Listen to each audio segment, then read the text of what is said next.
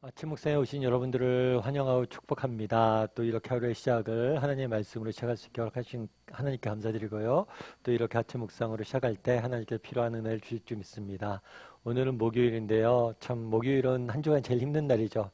하지만 또 내일 또 주말 되고 그러니까 우리 기대감을 갖고 또 잘 오늘 하루 인내하면서 주 안에 승리했으면 좋겠습니다. 오늘은 사사운엘이라는 제목을 가지고 사사기 3장 7절부터 11절까지 말씀을 좀 더 살펴봤으면 좋겠습니다. 먼저 우리 7절부터 8절까지 말씀을 같이 한번 읽어볼까요? 같이 읽도록 하겠습니다. 이스라엘 자손이 여호와의 목전에 악을 행하여 자기들의 하나님 여호와를 잊어버리고 바알들과 아세라들을 섬긴지라. 여호와께서 이스라엘에게 진노하사 그들을 메소포다미아 왕 구산 리사다임의 손에 파셨으므로 이스라엘 자손이 구산 리사다임을 8년 동안 섬겼더니. 오늘 보면 이렇게 시작하죠. 이스라엘 자손이 여호와의 목전에서 악을 행함으로. 어저께 살펴본 것처럼 이들이 정말 하나님을 잊어버리고 또 이방 백성들처럼 이방 신들을 섬기며 사는 모습들을 우리가 보게 되었습니다. 그러자 하나님께서 뭐라고 표현되냐면 여호와께서 이스라엘에게 진노했다. 다르게 좀 표현하면 분노했다라는 이야기겠죠. 분노했다. 근데 사실은 이런 분노에 대해서 우리가 감정적인 분노로 생각하기 쉽지만 그렇지가 않아요. 이 진노했다라는 것은 개인에게 감정적으로 진노했다는 게 아니에요. 예를 들면 그런 거겠죠. 우리 아이들이 놀다가 다치면 어떻게 됩니까? 부모 입장에서 다쳤구나, 아프겠다 이런 궁휼한 마음도 들지만 또 한 가지 뭐가 들어요? 화도 나죠. 그래갖고 왜 다쳤어? 이렇게 가끔 아이가 다쳤는데 화를 내는 경우들이 있습니다. 그 화를 내는 건 아이의 실수나 잘못 때문에 화가 난 게 아니죠. 아이를 아프게 한 그 다침, 그 고통 자체에 대해서 화가 나는 경우들이 있어요. 마치 의사가 환자를 보면 정말 그 죽어가는 고통중에 있는 환자를 보면 그 환자에게 주어진 그 질병으로 해서 화가 나는 것처럼 여기서 말하는 진노라는 것은 그런 감정적 진노가 아니라 분노예요. 죄와 악에 대한 분노입니다. 그렇게 분노하셨어요.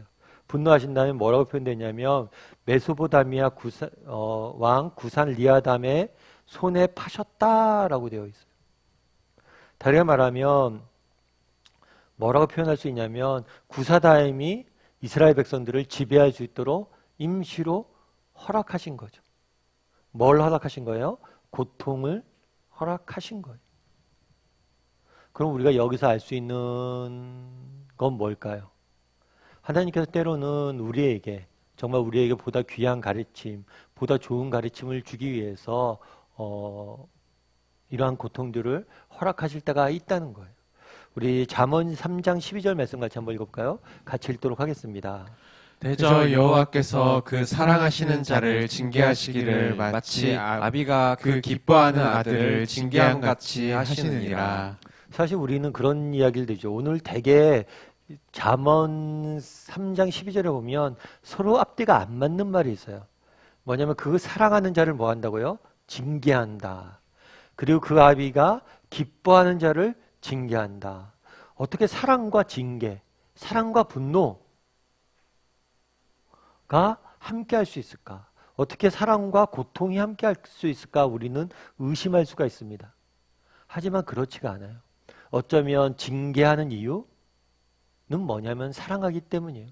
예를 들면 그런 거겠죠. 우리가 식당에서 아이들이 막 어떤 경우에 떠들고 노는 경우들이 있습니다. 그럼 어떻게 돼요? 아이들이 떠들고 놀면 우리가 그러죠. 보통 남의 아이들은 어떻게 합니까? 그래 잘한다 놀아라. 너무 심하게 놀지 마. 그렇게 이야기하죠. 그런데 우리 아들 딸들이 막 그렇게 예의 없게 굴고 그러면 어떡합니까? 혼내죠. 오히려 남의 아이는 혼내지 않아요. 오히려 자기 아이들은 혼냅니다. 왜 혼내요? 사랑하기 때문이죠. 정말 아이가 바른 예절과 또 바른 그러한 모습으로 성장하길 바라는 부모의 마음이 있기 때문에 혼내는 거예요.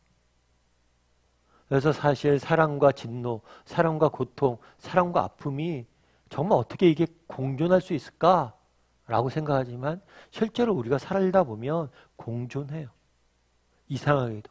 사랑하기 때문에 더 뭐 하는 거예요? 분노하고. 사랑하기 때문에 때로는 뭐라는 거예요? 혼내고 징계하는 경우들이 있다는 거예요. 결국에 이걸 통해서 주고자 했던 메시지는 원하는 건 뭐냐면 이것들을 통해서 사랑하기 때문에 이것들을 통해서 이 어려움들과 고통을 임시적으로 허락하지만 이것 통해서 더 성장하고 성숙하길 바라는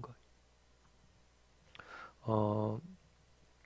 예전에 어떤 유튜브를 본 적이 있었는데 거기서 어떤 여인이 한 명 나옵니다. 그게 누구냐면 스테이스 크레머라는 여인이에요.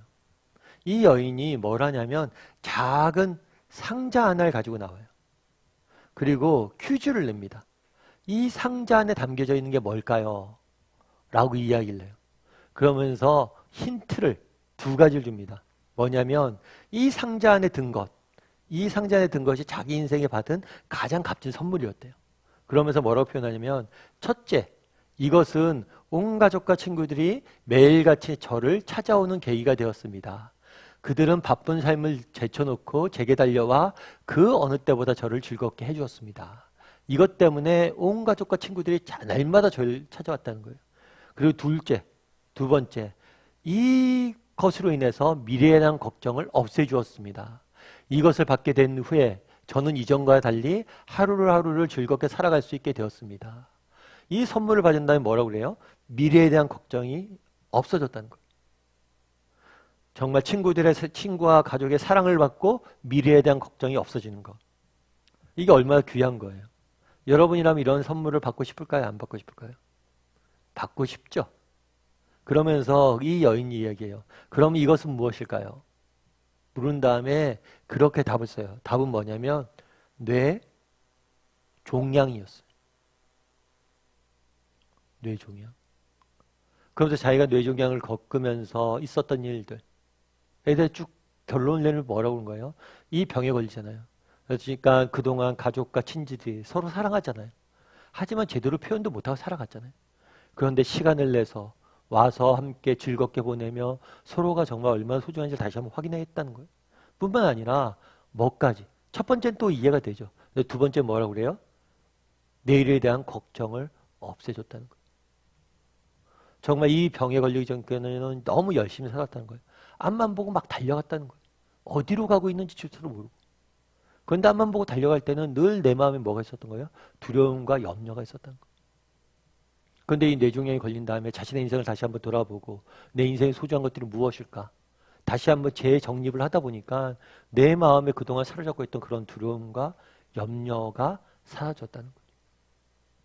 그러면서 뭐라고 얘기하냐면 이 뇌종양이 내게 있는 가장 좋은 선물이었다라고 이야기를 하는 거예요. 하나님도 마찬가지죠. 그날에 그런 이야기를 하는 거잖아요. 이스라엘 백성들이 하나님 앞에 범죄합니다. 그러다 보니까 하나님께서 이들을 뭐예요? 사랑하시잖아요. 정말 이들이 자신에게 돌아오길 원하잖아요. 이들이 다시 한번 정말 하나님의 백성답게 살고 아름다운 삶을 살길 원하셨잖아요. 그래서 뭘 한 거예요? 임시로 그들의 삶 가운데 고통을 허락하신 거예요. 그리고 이 고통을 통해서 정말 그들을 다듬기를 원하셨던 거죠. 어쩌면 이 여인의 말처럼 가장 좋은 선물을 그들에게 줬을지도 모르죠. 우리도 마찬가지예요. 사실 이 땅을 살다 보면 우리가 이렇게 어려움과 힘든 점들이 있을 때가 있어요. 그러다 보면 하나님의 사랑이 의심스럽죠. 목사님, 하나님 우리 사랑하시잖아요. 그런데 왜 내 인생에 이런 어려움들이 있어요? 왜 내 인생에 이런 고통들이 있어요? 이런 의문들을 갖잖아요. 그런데 그것에 대한 해답은 뭐예요? 사랑하기 때문에 그것들을 허락하실 때가 있다는 거예요. 물론 우리에게 고통이 그렇게 하나님 우리를 너무 사랑하셔서 너무 큰 고통을 주시지 않길 원합니다. 그리고 고통이 사실 빨리 끝내길 위해서 날마다 기도해요. 그럼에도 불구하고 우리가 기억할 것이 있어요. 우리 인생에 어려움이 있습니까? 고통이 있습니까? 아픔이 있습니까? 하나님을 신뢰하세요. 정말 하나님께서 우리를 더 성장시키기 위해서 나를 더 아름답게 다듬기 위해서 이런 것들을 허락하셨구나. 제가 종종 말씀드리지만 나를 얼마나 크게 쓰시려고 이런 것들을 허락하시나. 물론 나를 너무 크게 쓰지 않았으면 좋겠다. 이런 마음들이 있지만 정말 이 땅을 살면서 우리가 어려움과 고통들이 올 때가 있습니다. 그럴 때라도 정말 이것들 내게 허락하신 분이 하나님이시고 하나님께서 우리에게 특별한 계획과 목적이 있음을 믿고 또 그 고통 가운데서도 믿음을 잃지 않고 걸어갈 줄 아는 사람들이 되었으면 좋겠어요.